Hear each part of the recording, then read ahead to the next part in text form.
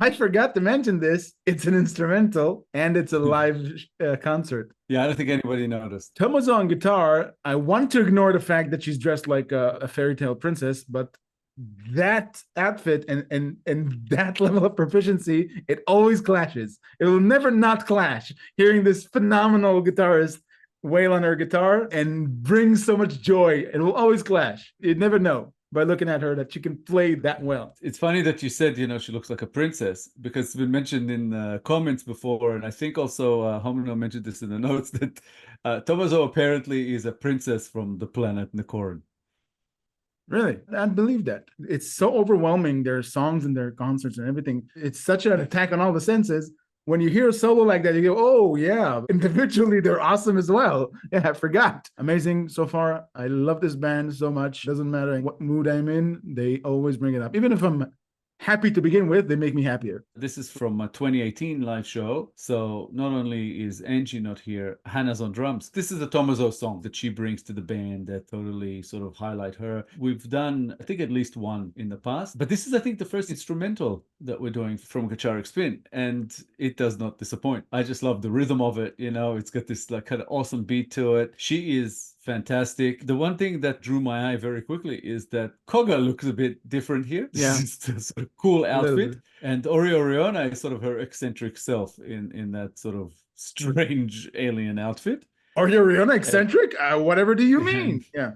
I don't know how that happened. Yeah. And of course, Hannah doing her thing.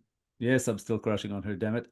And they are all awesome, just as always. Like you say, they always put a smile on your face. I keep forgetting that she has such a carefree expression on her face, Tomo-Zo. She's always happy. Yeah. The level of proficiency that any guitarist needs to have to play like that, the way she must practice on to get to that level. And she looks like, yeah, this is a guitar and I play guitar, but it's so intricate, it's so complex. It clashes. Her expression and that level of proficiency, like looking at a unicorn. Now, when I go to Planet NICORIN, I can play the guitar like that. Easy. But when I come back to Earth, I'm just another klutz. I'm usually a tuba guy, but yeah, sure. You are a tuba.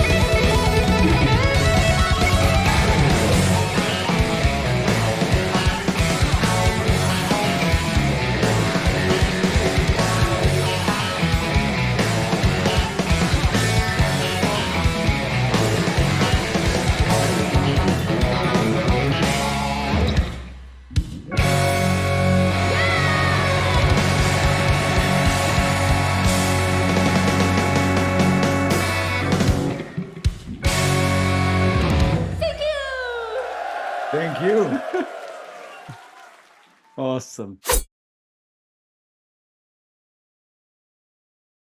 I have to say that if I one day find out that Ori Oriona is actually from another planet, I'd believe it. As soon as she started her solo, I'm like, Oh, this is that was beautiful. awesome. This is what is she wearing? I was like, what? Yeah. Why?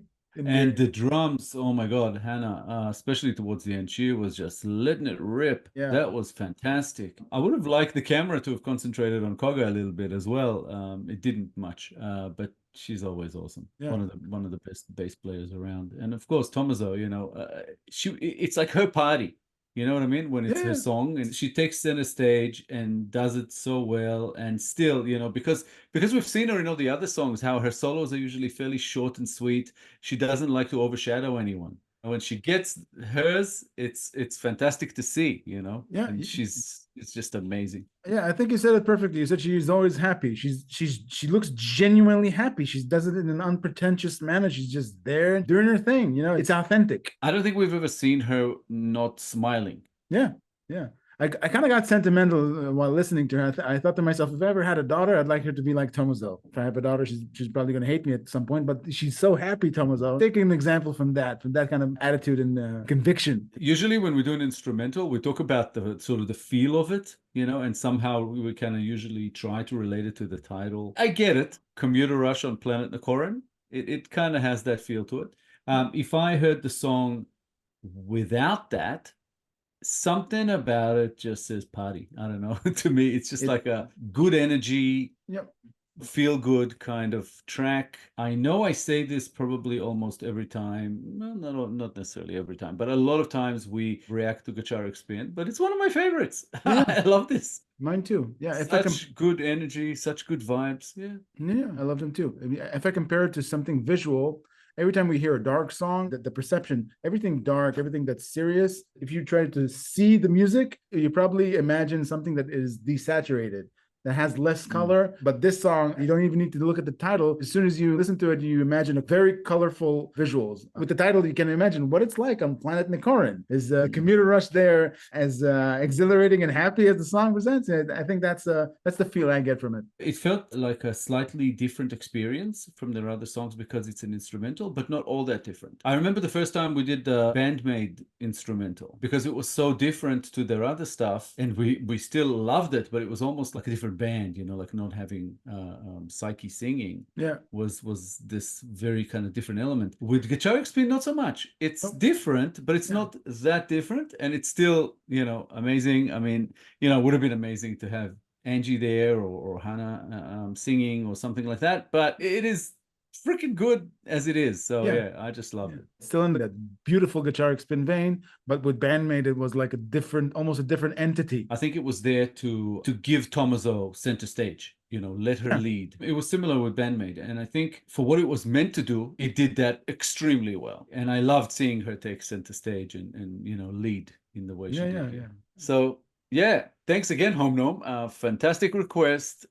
We are extremely happy to see another side to Gacharic Spin, and an awesome one at that. As always, we appreciate the constant support. Yeah, thank you very much, Home Gnome. It was very enjoyable to listen to this song and to watch Tomo-Zo smile so much. Keep them coming. We love your requests. Absolutely. If you enjoyed this episode, guys, please be sure to like, subscribe, comment, and click the little bell icon so you'll get notified on all our future videos. If you have a request you'd like bumped up the line, please make it through Buy Me a Coffee. All contributions are, of course, very much appreciated. Thank you all for sticking with us. Thank you all for your time. Apparently, this song was inspired by an interview she did, and I think she left with some not so good feelings about it, which inspired her to go and write this song. I just like that she gets inspired by real life things that are very specific. Thank you guys, we appreciate the support as always, and yeah, we'll see you in a couple of days with a new episode. So until then, bye for now. Bye, guys.